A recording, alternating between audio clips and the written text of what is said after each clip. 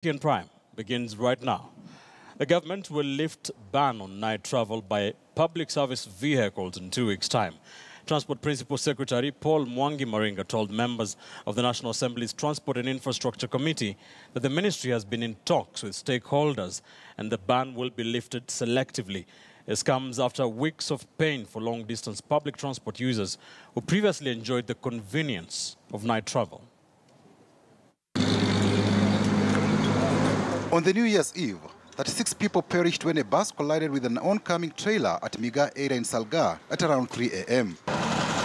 The National Transport and Safety Authority, NTSA, immediately banned night travel for public service vehicles. NTSA said all traveling will be between 6 a.m. and 7 p.m.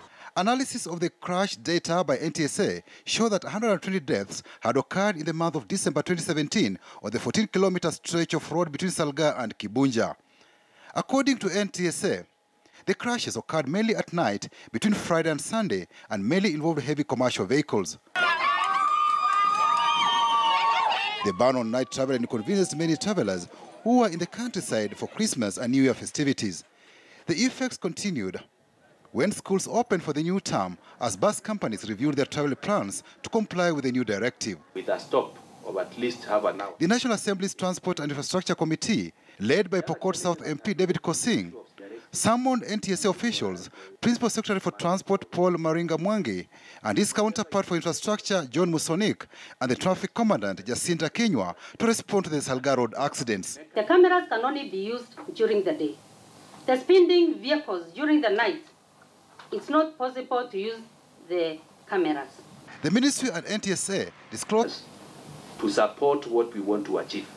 And one of them is to address the issue like fleet management, where these people are switching off the sockets, the switches, so that everybody who wants to do night travel must now have a fleet management that can be tracked on real-time basis. The issue of introducing of a log, where a driver and the manager of that company will sign that this driver has left this place at this time. Our interest are to be sure that the vehicles are on the road are compliant with safety standards. They are effectively inspected in the next 2 weeks. The next 2 weeks? Yeah, they'll selectively. Very selectively. NTSA also plans to divert all PSVs from the main northern corridor route through Salga. Vehicles traveling to Eldoret will be diverted through Eldama Ravine, and those traveling to Kisumu will use a diversion through Molo route. NTSA will also introduce travel schedules where drivers for both heavy commercial and PSVs will maintain a daily log indicating time of departure, details of the driver, and estimated time of arrival. All PSVs and commercial vehicle drivers will be subjected to refresher courses within 3 months before issuing them with new driving licenses, which has demerit points. NTSA also proposes a 30 minutes rest after 4 hours of driving at designated rest points. The same will apply for truck drivers. So we have a mandatory stopover which will be established along the stretch and be manned by security agents.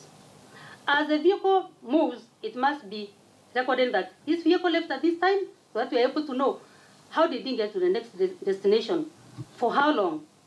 According to the PS Infrastructure John Musonik, the government will start construction of a dual carriageway with a barrier in between the Salga-Kibunja stretch. Patrick Amimo, KTN.